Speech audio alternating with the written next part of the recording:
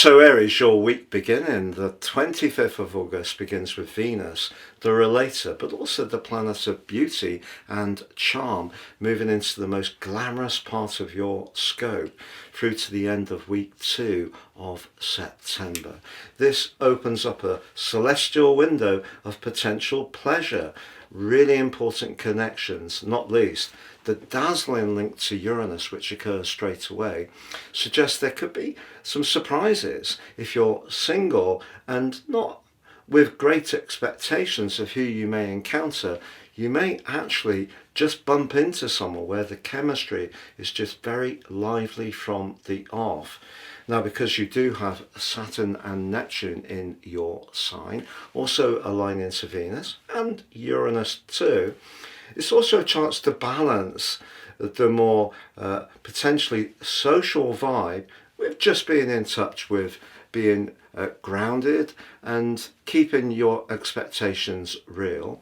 But what does happen as this week goes on, particularly with Mercury now emerged from its shadow, also in the 5th house like Venus, Venus does go into a face-off with Pluto.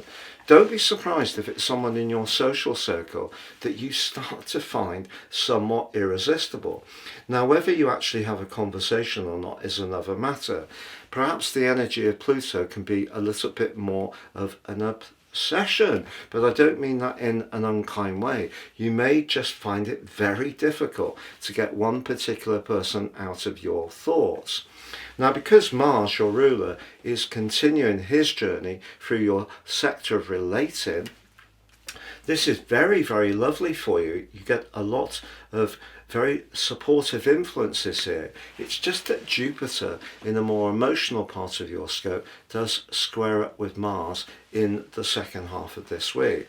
What I would say in ongoing relationships is that if things aren't quite as you exactly would like, try not to let frustration get the better of you.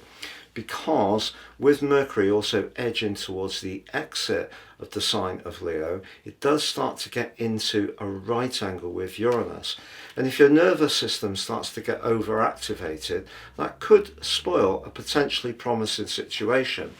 Every relationship, every part of life goes through cycles. And because the sun and the moon at the start of this week are asking you to be more mindful of practicalities. If you are in an ongoing tie that has lost its luster, it's not quite as spontaneous as it was before, the one thing you can do is to try to surprise your partner. And a good way to do that may be through some thoughtful gestures, even around who does and contributes what to the domestic situation. But if you have felt a little bit rigidly tied to some of life's routines, I think this week is really provoking you in some ways to challenge that by spending more time with other people, even if it's people you perhaps work with. And if you are single, don't be surprised if there is that connection with someone in the most mundane of places possible.